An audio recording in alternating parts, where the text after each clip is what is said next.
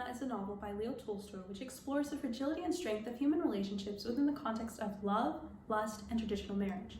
While Anna Karenina is often considered a romantic love story in which Tolstoy portrays Anna as a heroine and martyr doomed to a fate imposed by constricting society, I argue that Tolstoy's original intent was to show the importance and value of marriage. By comparing the consequences of adultery and infidelity, Tolstoy intended to show the dangers of allowing passion to rule instead of reason. In this speech, I will discuss the relationships of the two main protagonists, the biblical representation of marriage, whether or not Anna's affair was justified, and Tolstoy's intent. Anna Karenina focuses on two main figures, the titular Anna Karenina and Konstantin Levin. In the beginning, Anna is portrayed as a lovely woman of high society, married to an important government official and possessing ties to all social circles of work. She lacks nothing, but longs to be loved. Levin is an industrious man of status and exceptional character. While he possesses all that a man of his position might desire, he is in want of a wife and eventually a family. Levin has his eye on Kitty Shtcherbatskaya. Though he tries to pursue a relationship with her, she rejects him in favor of the dashing Count Alexei Vronsky. But Vronsky soon abandons courtship with Kitty in order to pursue the sensational Anna Karenina. When Levin and Kitty meet again, they agree to an engagement and are eventually married. Through consistent efforts on his part, Vronsky is successful in gaining the attention of Madame Karenina. As the story continues, the reader becomes torn as they read of Anna's inner turmoil. She struggles between staying faithful to a man whom she does not love and loving a man whom she cannot marry. The two main relationships of Anna Karenina have drastically different beginnings and endings. At the start of the story, both characters idolize something, the idea of true love and marriage. With Anna, she is very much devoted to her family and her marital duties. While she is not shockingly in love with her husband, she has contented herself to find fulfillment in the other joys of marriage. Levin believes he will find completion in the bliss that marriage has to offer. However, when Levin is rejected by the only woman he believes he can love, he reconciles himself to a life of solitude and hard work. As the story progresses, there is a marked change in how both characters view their idols. Anna believes to have found true love in the adoration of Alexei Vronsky. But once she escapes the shackles of marriage, Anna becomes bound once more to fetters that are more burdensome, those of social acceptance, propriety, and jealousy. She eventually succumbs to her jealousy and misery by committing suicide, a choice which she sorely regrets once it is too late. Levin experiences intense disappointment when his plans do not come to pass, but he eventually does marry Kitty. As he comes to terms with the humanity of his wife and the difficulties of marriage, Levin comes to a fuller understanding of marriage. Rather than being embittered by reality, he realizes that he has gained a lifelong love founded on friendship, trust, and compromise. Before addressing whether or not Anna Karenina had a valid justification for committing adultery, it is important to examine what the Bible has to say about marriage. In this section, I will give a summary of the biblical idea of marriage and how a secular worldview of marriage compares to a biblical worldview. Throughout the Bible, Scripture defines marriage as an intimate and complementing union between a man and a woman in which the two become one physically in the whole of life. God's purpose of marriage is to reflect the relationship of Christ to his church. Society today has long since rejected the foundations of a Christian marriage. While individuals do get married, there is a decidedly selfish focus. People today believe more and more that if either partner is not fully satisfied, then they are incompatible. In the Christian worldview, marriage is understood to be a covenant relationship. The book of Hosea conveys the central theme of a covenant relationship between God and the children of Israel. As the children of Israel turn away from God and meet all kinds of difficulties, God still pursues them with a love that will not let them go. With a covenant understanding of marriage, it can be seen that once someone chooses to marry, it is not a question of are they the one, because it is now a commitment before God. Marriage should never be based on shifting feelings, but a choice every day to love the spouse you've chosen to marry. Another popular idea is that if a person finds no happiness in a relationship, they're not obligated to stay in such a relationship because they ultimately deserve more out of their partner. While this idea resonates with many, it is unbiblical.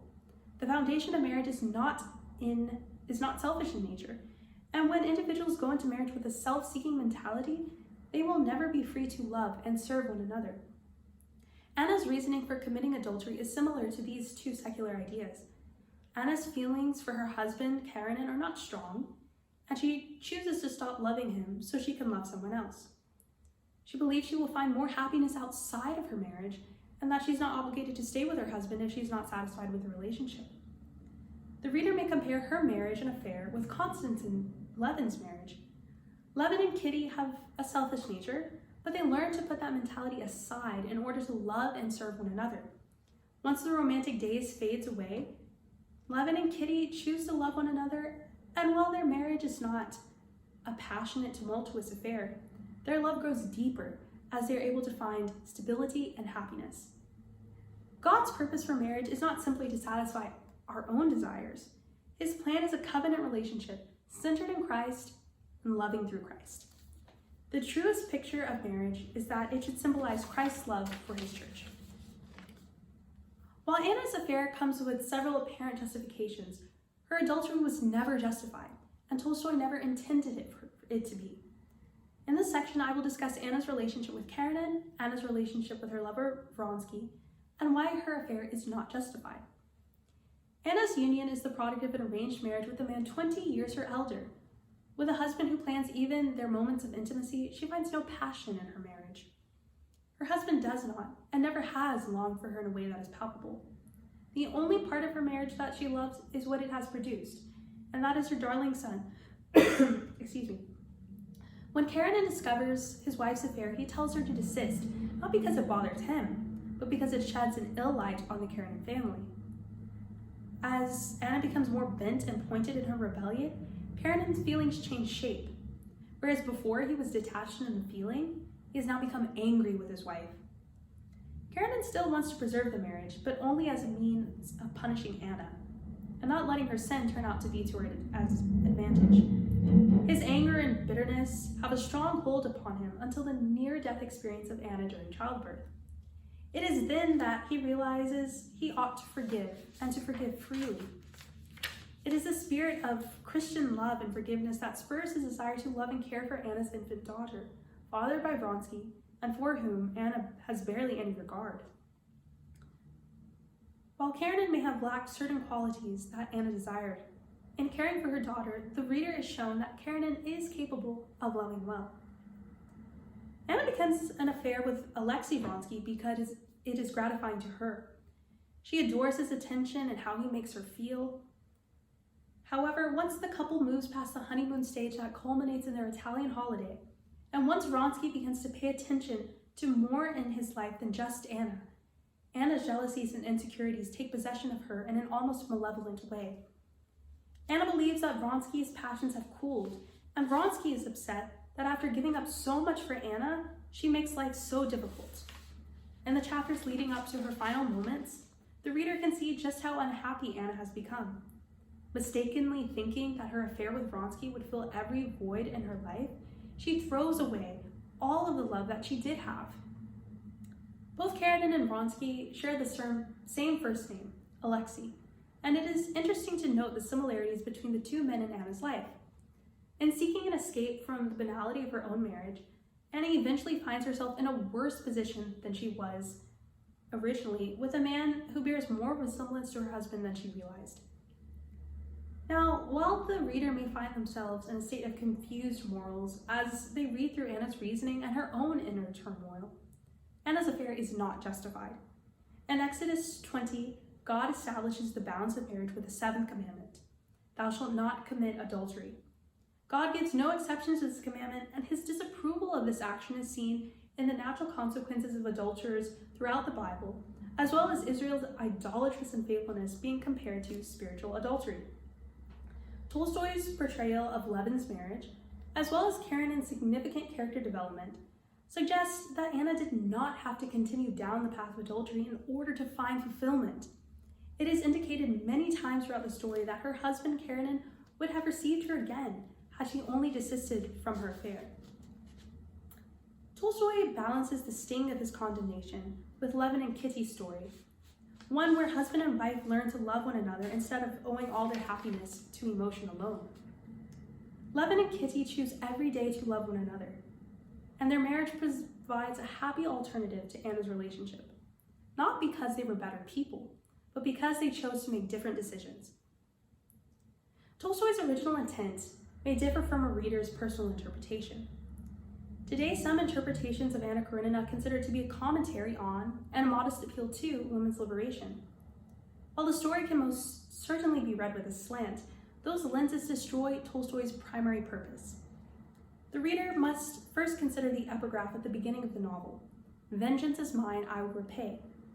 This epigraph sets the tone in which the novel should be read, and it reminds the reader throughout the novel of the author's ultimate position on his character's actions and the consequences that result. Tolstoy's primary purpose was to show that even when love does not take the foremost place in marriage, it is something to be taken seriously, both for the sake of the marriage itself and the sake of the family built around it. An arguable secondary purpose, which has ample evidence, is that Tolstoy wanted to link his adultery plot to broader questions involving Russia's future. In a way, he used the story of Anna Karenina to condemn the socio-political issues occurring in Russia during the time of the novel's serialization, with Anna representing Russia and her adultery representing Russia's relations with other countries. Tolstoy's love of family and marriage can be seen in many ways throughout the novel. While his focus on Karenin building a family of his own is the most poignant way, Tolstoy uses other characters to build this idea as well. One of the most subtle ways is how he portrays Anna's relationship with her children.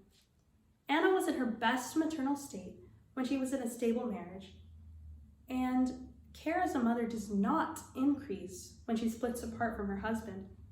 Yet even after she leaves her husband, she still cares for the son who was the product of her marriage, while she has no love for the daughter who she had with her lover. And this reflects the real motives of her relationship with Vronsky. In conclusion, from Anna Karenina, the reader ought to learn that true happiness is found not in fleeting feelings and torrentious passions, but in constancy and consistency. In this paper, I argued that Tolstoy's original intent was to show the importance and value of marriage. By comparing the consequences of adultery and fidelity, Tolstoy intended to show the dangers of allowing passion to rule instead of reason. In this speech, I discussed the relationship dynamics of the main protagonist, the biblical representation of marriage, whether or not Anna's affair was justified, and Tolstoy's intent. Anna Karenina is a novel of nuance, filled with flawed characters who have their fair share of difficulties and joys. The beauty of the novel arises from a conflict between its sympathy with both the adulteress and the family. Tolstoy writes the novel with feeling that is palpable. Yet, Karenin's story is the scale on which the reader must weigh Anna's actions.